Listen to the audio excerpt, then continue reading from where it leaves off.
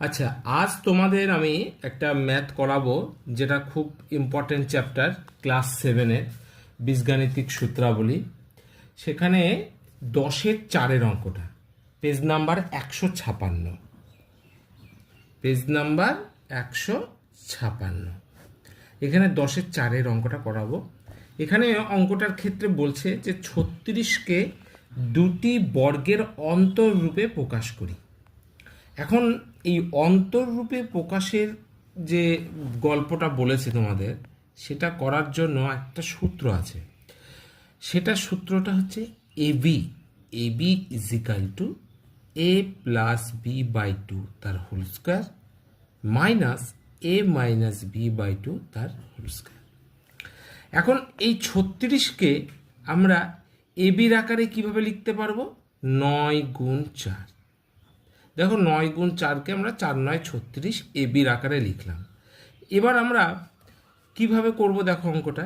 এখানে 9 বলতে এ আর 4 বলতে এখানে বি। তাহলে আমরা সূত্র জানি, মানে আমরা জানি, এই কথাটা আগে লিখে রাখো। আমরা জানি এ বি সমান A plus B by two তার whole square minus A minus B by two তার হোল স্কোয়ার।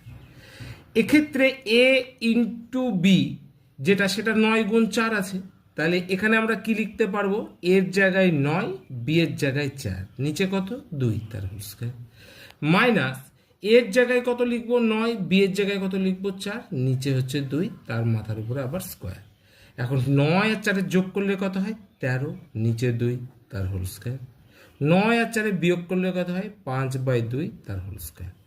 আচ্ছা, 13 আর 13 গুণ করলে কত হয়? 100।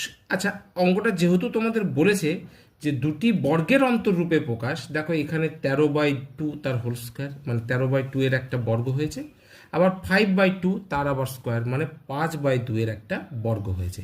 তাই আমরা এখান থেকে বলতে পারি যে 36কে দুটি বর্গের অন্তররূপে আমরা প্রকাশ করলাম। দুটি বর্গের অন্তররূপে প্রকাশ করলাম। বুঝতে পেরেছো অঙ্কটা? অঙ্কটা কিচ্ছুই নাই, এবি যে সূত্র, সেই সূত্রে অঙ্কটাকে পুট করতে হবে মান, সেটাই আমরা করেছি। সেই জন্যই এইটা হবে তোমার অ্যান্সার, 13/2 তার হোল স্কোয়ার মাইনাস 5/2 তার হোল স্কোয়ার। ঠিক আছে, সামনের দিন আবার শেখাবো আর একটা অঙ্ক।